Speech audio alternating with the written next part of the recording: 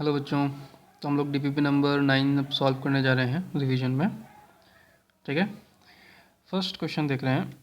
First question में बच्चों में ये ग्राफ दिया हुआ है।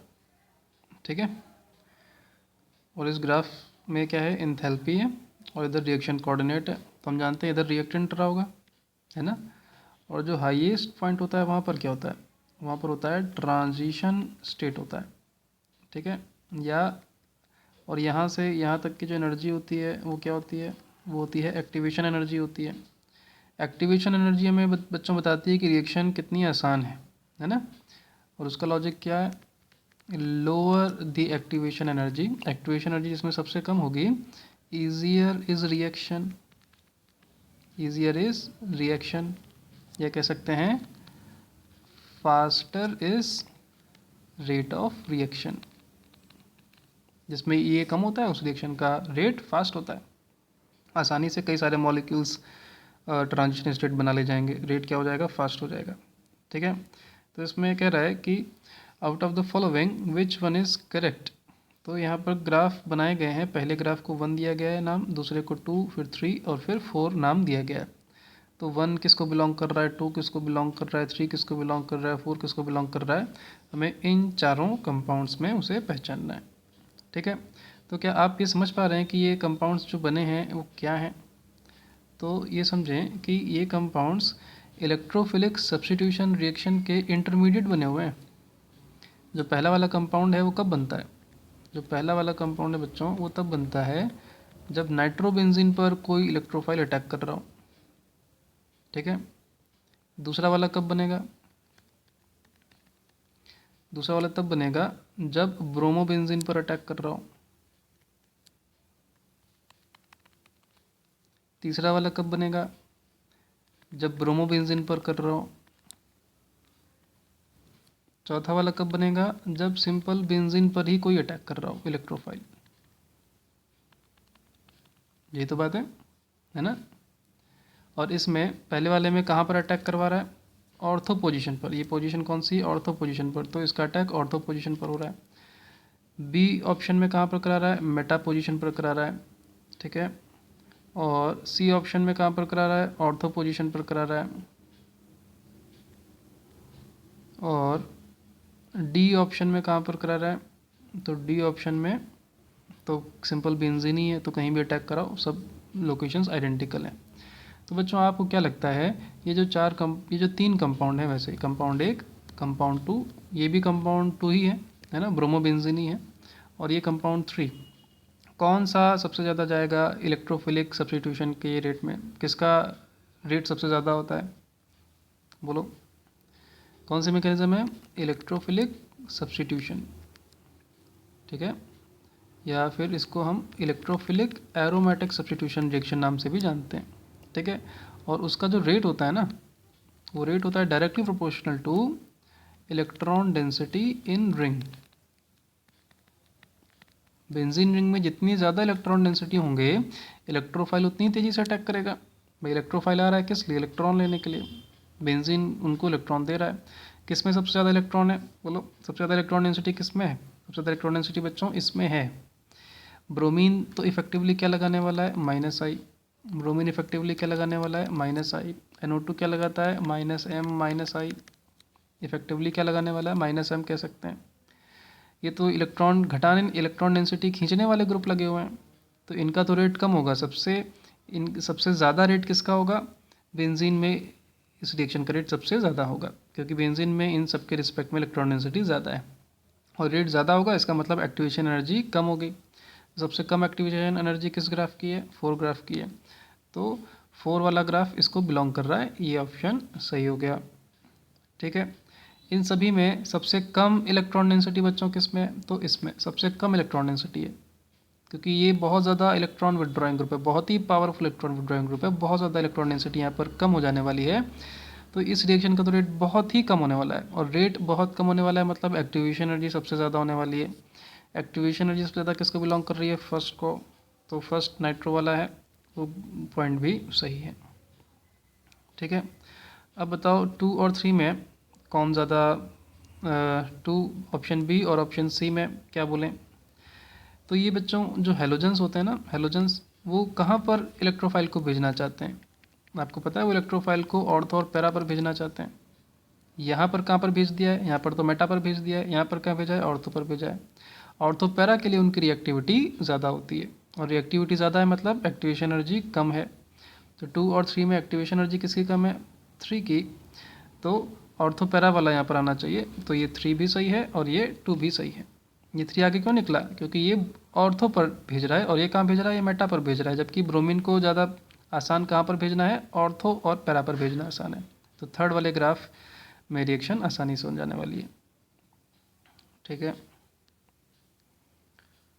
नेक्स्ट क्वेश्चन है बच्चों, which factor is responsible for the regioselective nature of the following reaction. हम रेजियो सेलेक्टिव मतलब क्या है? रेजियो सेलेक्टिव मतलब एक पर्टिकुलर रीजन पर, रीजन सेलेक्टिव, एक पर्टिकुलर रीजन पर ही रिएक्शन हो रही है या अटैक हो रहा है। अब ये हेलोजेंस जो होते हैं उनका ये क्लोरोबेंजीन है ये, और ये क्या कर रहा है? ये क्लोरिनेशन करा रहा है। Cl2 FeCl3 मिलकर क्या करता है? क्लोरिनेशन। इलेक्ट्रोफाइल कौन सा जनरेट होता है? Cl+। अटैक करेगा इसमें, कहाँ पर? ऑर्थो पर अटैक करेगा, पैरा पर अटैक करेगा। आई होप ये आपको याद होगा। अब ये ऑर्थो पैरा पर क्यों अटैक करता है ये याद है क्या? जबकि ये कैसा ग्रुप है? ये तो इलेक्ट्रॉन विदड्रॉइंग ग्रुप है। जो नॉर्मल इलेक्ट्रॉन विदड्रॉइंग ग्रुप होते हैं बच्चों, वो कहाँ पर इलेक्ट्रोफाइल को पसंद करते हैं? मेटा पर। लेकिन ये जो क्लोरीन है या ये जो हेलोजेंस हैं, ये जो हेलोजेंस हैं या NO है ना, इनके पास लोन पेयर्स होते हैं बच्चों, या SO2H, इनके पास क्या होते हैं? लोन पेयर्स होते हैं। तो ये हैं तो इलेक्ट्रॉन विदड्रॉइंग ग्रुप्स, लेकिन फिर भी ये क्या होते हैं? ये होते हैं ऑर्थो पैरा डायरेक्टिंग ग्रुप होते हैं। और लोन पेयर है ना, लोन पेयर इसका मतलब क्या? ये कौन सा इफेक्ट लगाने वाले हैं? +m इफेक्ट लगाने वाले हैं। और +m इफेक्ट से इलेक्ट्रॉन कहाँ भेजेंगे? भेजेंगे ऑर्थो पर, और कहाँ भेजेंगे? पैरा पर। इसीलिए ऑर्थो पैरा पर इलेक्ट्रॉन्स आते हैं। ठीक है, नेक्स्ट क्वेश्चन है बच्चों, question number 3, Friedel Crafts acylation is or not observed in. Friedel Crafts acylation किस में नहीं होगा? तो बच्चों देखना जाके कॉपी में, फिडेलक्राफ्ट एल्काइलेशन, फिडेलक्राफ्ट एसाइलेशन के हम लोगों ने लिमिटेशन सीखे थे। ठीक है, कॉपी अभी भी बच्चों आपको पढ़नी है। तो ये नहीं देता है और ये भी नहीं देता है। ये क्यों नहीं देता है बच्चों? ये इसलिए नहीं देता है क्योंकि ये जो है ना NH2, इसका जो लोन पेयर है वो एल्युमिनियम के साथ इन्वॉल्व हो जाता है। AlCl3 आता है ना, तो उसके साथ इन्वॉल्व हो जाता है। और जब इन्वॉल्व हो जाता है तो ये क्या बन जाता है? ये बन जाता है इलेक्ट्रॉन डेफिशिएंट बन जाता है, क्योंकि नाइट्रोजन पर प्लस चार्ज आ जाएगा, प्लस चार्ज आएगा तो इलेक्ट्रॉन को खींचने लगेगा। और AlCl3 भी तो डिस्ट्रॉय हो गया, AlCl3 कैटलिस्ट था वो भी डिस्ट्रॉय हो जाता है। और ये क्यों नहीं देता है? क्योंकि ये ऑलरेडी इलेक्ट्रॉन डेफिशिएंट है बहुत ज़्यादा, तो ये भी फिडेलक्राफ्ट एसाइलेशन रिएक्शन नहीं देता है। ये देगा कोई प्रॉब्लम नहीं है, ये भी देगा कोई प्रॉब्लम नहीं। इसने पूछा था कौन नहीं देगा, तो एनिलीन नहीं देता है बच्चों, और नाइट्रोबेंजीन भी नहीं देता है। नेक्स्ट क्वेश्चन है बच्चों, question number 4, in which of the following electrophilic aromatic substitution, है ना, यानी EAS reaction takes place on left hand side of phenyl ring. ठीक है, left hand side phenyl ring.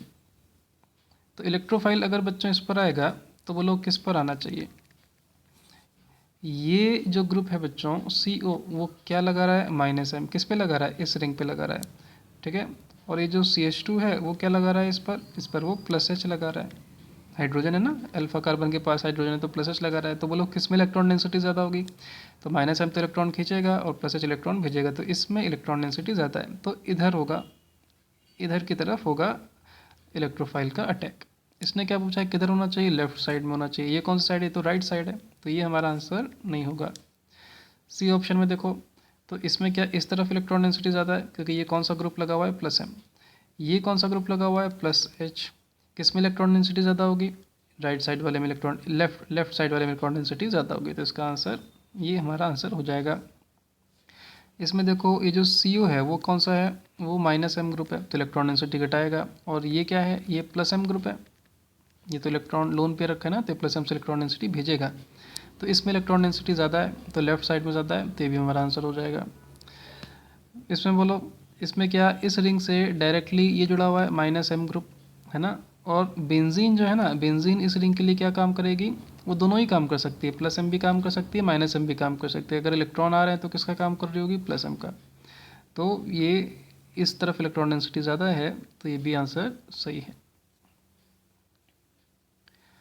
Next question है बच्चों, question number 5, which of the following electrophilic substitution reaction, यानी ESR, electrophilic substitution reaction या electrophilic aromatic substitution, दोनों बातें same है, represent correct product, product correct बताना है। ठीक है, ये Br2 FeBr3 लिखा है बच्चों, ब्रोमिनेशन होने वाला है। ये भी क्या होने वाला है, ब्रोमिनेशन होने वाला है। ये भी ब्रोमिनेशन है, Br2 FeBr3, ठीक से छपा नहीं है, Br2 FeBr3। ठीक है, तो हमें देखना है किसमें प्रोडक्ट सही है। ठीक है, तो इसमें देखो दो बेंजीन रिंग है, दो बेंजीन रिंग है, बोलो किस में होगा, इलेक्ट्रोफाइल किस पर अटैक करेगा, जिसमें इलेक्ट्रॉन डेंसिटी ज़्यादा होगी उस पर अटैक करेगा। ये NO2 तो क्या लगा रहा है, -m, तो इसमें इलेक्ट्रॉन डेंसिटी कम है। और ये OCH3 क्या लगा रहा है, +m, तो इसमें इलेक्ट्रॉन डेंसिटी ज़्यादा है। और ये +m लगा रहा है तो इसमें इलेक्ट्रॉन डेंसिटी ज़्यादा है, तो इसी रिंग पर होना चाहिए। और इस रिंग पे होगा तो कहाँ कहाँ पर होगा, ऑर्थो पर होगा और पैरा पर होगा। ठीक है, ऑर्थो पर भी होगा, पैरा पर भी होगा, ये भी ऑर्थो है। तो इन तीनों में से कहीं भी अगर लगाएगा तो हम मानेंगे प्रोडक्ट तो सही है, तो प्रोडक्ट सही है, ऑर्थो पर लगाया हुआ है। इधर की तरफ लगाएगा बच्चों, अगर ब्रोमीन इधर की तरफ लगाता तो मुझे लग रहा है कि दिक्कत होगी, क्योंकि इधर की तरफ क्राउडिंग ज़्यादा है ना। और इधर की तरफ भी लगाता अगर ब्रोमीन तो दिक्कत होती, क्यों, क्राउडिंग ज़्यादा है रिलेटिवली। ठीक है, इसमें देखो इस ऑप्शन में किस में इलेक्ट्रॉन डेंसिटी ज़्यादा है, इसमें या इसमें, आप क्या बोलेंगे। तो ये वाली जो रिंग है इसमें O के लोन पेयर से क्या लग रहा है, +m। और ये वाली जो रिंग है इसमें ये क्या लगा रहा है, ये तो -m लगा रहा है, CO जुड़ा है ना, तो -m लगा रहा है, तो इलेक्ट्रॉन डेंसिटी इसमें ज़्यादा है और इसमें ज़्यादा है, तो इसके रिस्पेक्ट में कहाँ पर जाएगा, ऑर्थो पर जाएगा और पैरा पर जाएगा। ऑर्थो पैरा, ये वाला ऑर्थो तो खाली है, तो कहाँ चला गया, पैरा पर चला गया। पैरा पर क्राउडिंग बहुत कम है, तो ये भी सही लग रहा है, सही है भी, आंसर है ये सी ऑप्शन। देखते हैं बच्चों, तो सी ऑप्शन में इस रिंग से देखो +m जुड़ा हुआ है, ठीक है, और इसी रिंग से -m भी जुड़ा हुआ है। ठीक है, इस रिंग से कोई नहीं जुड़ा हुआ है, तो जब भी ऐसा होगा तो हमें आंसर कैसे देना है, हमें आंसर +m के अकॉर्डिंग देना है। जब -m भी है +m भी है तो किस पर हम जाएंगे, +m के अकॉर्डिंग जाएंगे। क्यों जाएंगे, क्योंकि जो इंटरमीडिएट बनता है उसमें ऑक्टेट क्या हो जाता है, कंप्लीट हो जाता है। इंटरमीडिएट का ऑक्टेट कंप्लीट हो जाता है। जो हमारा एरेनियम कॉम्प्लेक्स बन रहा था, है ना, या विलैंड आयन बन रहा था, उसमें एक ऑक्टेट कंप्लीट हो जाता है। और ये कहाँ पर भेजेगा, ऑर्थो पर भेजेगा या पैरा पर भेजेगा, पैरा तो ब्लॉक्ड है, तो इस ऑर्थो पर भेजेगा, क्राउडिंग कम है, ब्रोमीन का साइज़ बड़ा है, ये भी सही है। डी ऑप्शन में बोलो कहाँ पर भेजेगा, डी ऑप्शन में बच्चों इसमें इलेक्ट्रॉन डेंसिटी ज़्यादा है या इसमें इलेक्ट्रॉन डेंसिटी ज़्यादा है, डी ऑप्शन में तो इसमें इलेक्ट्रॉन डेंसिटी ज़्यादा है, क्योंकि इस रिंग से डायरेक्टली कौन जुड़ा हुआ है, -m जुड़ा हुआ है ना। तो किधर भेजना चाहिए था, इधर भेजना चाहिए था, भेज कहाँ दिया है, भेज तो इधर दिया है, तो ये वाला ऑप्शन बच्चों गलत है। ठीक है, फिर नेक्स्ट ये बड़ा सा हम लोग देखने जा रहे हैं कॉम्प्रिहेंशन। ठीक है, चलो भाई देखते हैं। बोलो ये बेंजीन है ना, और ये एसिड एनहाइड्राइड है और ये AlCl3 है। बोलो ये क्या है, तो ये आपको एसाइलेशन की याद दिलाना चाहिए।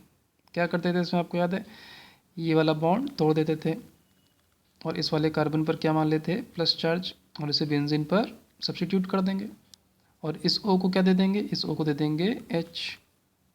ठीक है, क्या बनेगा,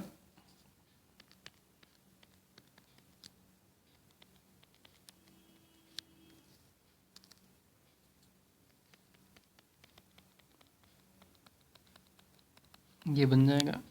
समझे क्या हुआ, ये वाला बॉन्ड तोड़ दिया, इस वाले कार्बन को बेंजीन पर रख दिया और इस O को क्या दे दिया, H। ठीक है, ये हमारा X बन गया, यानी ये क्या बन गया, X बन गया। ठीक है, आगे हम बच्चों क्या करा रहे हैं, क्लेमेंशन रिडक्शन करा रहे हैं। तो क्लेमेंशन रिडक्शन कराएंगे तो बोलो क्या हो जाएगा, ZnHgHcl क्या करेगा, इस कीटो ग्रुप को क्या बना देगा, CH2 बना देगा। तो क्या बन जाएगा,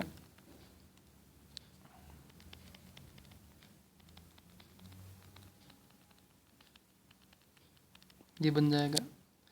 आगे देखोगे तो SOCl2 आ रहा है। SOCl2 का काम क्या है आपको याद है? OH को क्या बना देगा? Cl बना देगा।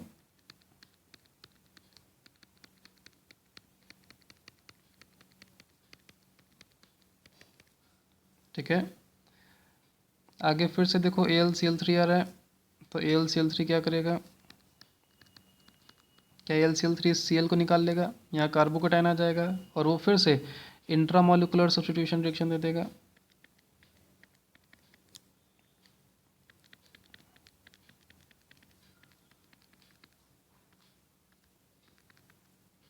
ये बन जाएगा। और फिर से देखो क्लेमेंशियन रिडक्शन आ रहा है।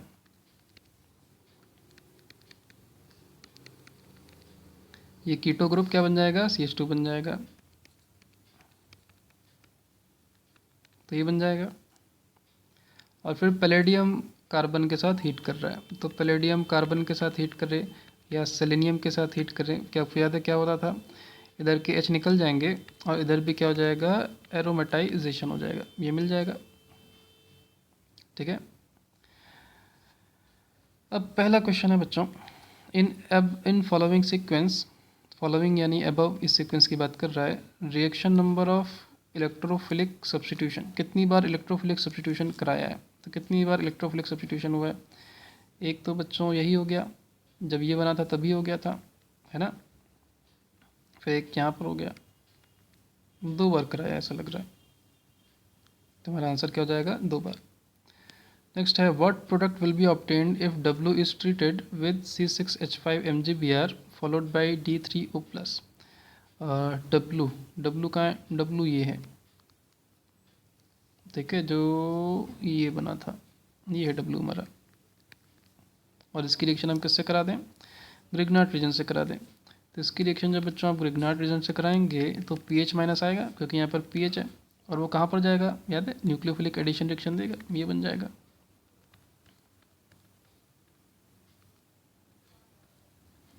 O माइनस, और यहाँ पर कौन आ जाएगा? pH। और बाद में आप D3O+ ला रहे हैं, तो O माइनस को कौन बैलेंस कर देगा? D बैलेंस कर देगा। ठीक है, तो क्या ऑप्शन बन जाएगा? C ऑप्शन बन जाएगा। नेक्स्ट क्वेश्चन है question number 3, what product is obtained when R is treated with KMnO4H+। R कहाँ है बच्चों? कहाँ है R? R ये है, ठीक है, यानी ये है R हमारा। और इसकी रिएक्शन के MnO4H+ से कराएंगे, साथ में जनरली हिट भी होता है, तो क्या करता है? ये साइड चेन का ऑक्सीडेशन कर देता है, किसमें? COOH में। ये मिल जाएगा। और इसका नाम क्या है बच्चों? इसका नाम है थैलिक एसिड, है ना। तो डी आंसर हो जाएगा। नेक्स्ट है बच्चों question number 7, match list 1 with list 2। List 1 और लिस्ट 2 को हमें मैच करना है, ठीक है। तो ये क्लोरीन बच्चों क्या लगाता है बताओ? ये क्लोरीन बच्चों लोन पेयर है तो +M लगाएगा, ठीक है। क्लोरीन के पास बच्चों वैकेंट ऑर्बिटल भी होता है तो -M भी लगाता है, और इलेक्ट्रोनिगेटिविटी ज़्यादा है तो -I भी लगाता है। इफेक्टिवली क्या लगाता है लेकिन? -I। इफेक्टिवली क्या लगाएगा? -I, ठीक है। O- क्या लगाता है बच्चों? O- +M और +I लगाता है। लोन पेयर है तो +M लगाएगा, और जिस पर भी माइनस चार्ज होता है वो +I लगा देता है। CH2CH3 बच्चों क्या लगाएगा? वो हाइपर कंजुगेशन लगाएगा, +H कह सकते हैं, और +I भी लगाएगा। ये क्या लगाएगा? ये बच्चों -I लगाएगा, ठीक है। तो क्या लगता है कौन सा ऑप्शन सही है? दे तो रहा है डी। हम जैसे देखें, क्या P का 1 हो सकता है? क्या P का 1 हो सकता है? +M and +I। P का 1 नहीं हो सकता ना, +I ने प्रॉब्लम कर दी, गलत हो गया। क्या P का 4 हो सकता है? क्या P का 4 हो सकता है? नहीं, +I है, तो ये भी गलत हो गया। क्या P का 3 हो सकता है? ओनली -I, तो वो भी ठीक नहीं है, सिर्फ -I तो नहीं लगाता है, इफेक्टिवली -I लगाता है, तो ये भी गलत हो गया। डी क्या कर रहा है? P का 2, तो P का 2 +M भी लगाता है, -I भी लगाता है, सही बात है, कोई गलती तो है नहीं इसमें, हालांकि -M भी लगाता है। तो ये सही है। क्यू का 1 सही है क्या? क्यू का 1 तो बिल्कुल सही है। आर का 4 सही है क्या? तो आर का 4 बिल्कुल सही है। और एस का 3 भी सही है, माइनस आई लगा रहे हैं। नेक्स्ट है बच्चों क्वेश्चन नंबर 8। हमें कुछ कंपाउंड्स दिए हुए हैं और इधर में बताना है कि वो हॉट एल्कलाइन KMnO4 के साथ रिएक्शन करने पर क्या देगा। ठीक है, तो क्या हॉट एल्कलाइन KMnO4 क्या है बच्चों? वो तो ऑक्सीडाइजिंग एजेंट है ना।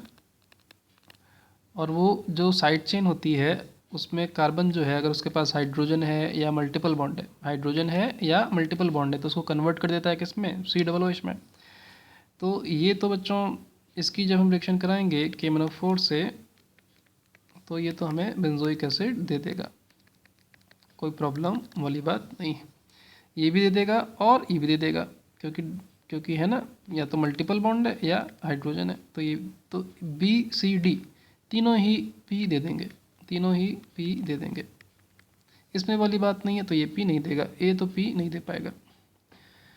नेक्स्ट है ortho para directing and activating for electrophile. तो हाँ भाई, लोन पेयर तो है, तो ये ऑर्थोपैरा डायरेक्टिंग है ना, और एक्टिवेटिंग फॉर इलेक्ट्रोफाइल भी है। तो हम एक के साथ Q तो रख देंगे। ठीक है, बी में देखो, बी में ये वाला ग्रुप है ना। अब अगर इलेक्ट्रोफाइल अगर यहाँ पर अटैक करेगा ना, तो ये इलेक्ट्रॉन देने लगता है, ये क्या बन जाएगा? +M ग्रुप बन जाएगा। ठीक है, +R बन जाएगा। तो ये वाली बात भी सही है, इसमें भी Q चल जाएगा। और इसमें तो कोई +H लगाने वाला है, +H भी लगाता है, तो वही वो इसके लिए भी वाली बात सही है। ये क्या लगा रहा है? ये लगा रहा है बच्चों -M। तो -M तो ऑर्थोपैरा डायरेक्टिंग होता नहीं है और एक्टिवेटिंग भी नहीं होता है, वो क्या हो जाता है? वो डीएक्टिवेटिंग हो जाता है। तो डी में क्यों नहीं आएगा? ठीक है, आर है gives fastest reaction with an electrophile. तो आर तो किसी योग को बिलोंग करना चाहिए, फास्टेस्ट रिएक्शन। तो फास्टेस्ट रिएक्शन जो है वो कौन देगा? जो +M लगा रहा होगा। +M कौन लगा रहा है बच्चों? ए। +M में इलेक्ट्रॉन डेंसिटी सबसे ज़्यादा होती है, तो ए तो आर को बिलोंग करेगा। बाकी आर होगा नहीं, क्योंकि फास्टेस्ट पूछा है तो एक ही ऑप्शन होगा। नेक्स्ट है gives an ester on reductive ozonolysis. Reductive ozonolysis कराने पर एस्टर देगा। ठीक है, तो एस्टर कौन देगा भाई? रिडक्टिव ओजोनोलाइसिस कराओगे तो ये तो एल्डिहाइड देगा, इधर भी ओ आएगा, इधर भी ओ आएगा। और ये क्या देगा? ये दे देगा एस्टर, क्योंकि जब इस वाले कार्बन को आप ओ देंगे तो ये वाला सेक्शन क्या बन जाएगा? ये वाला सेक्शन एस्टर बन जाएगा। तो ए का क्या हो जाएगा? ए का SB हो जाएगा। ठीक है,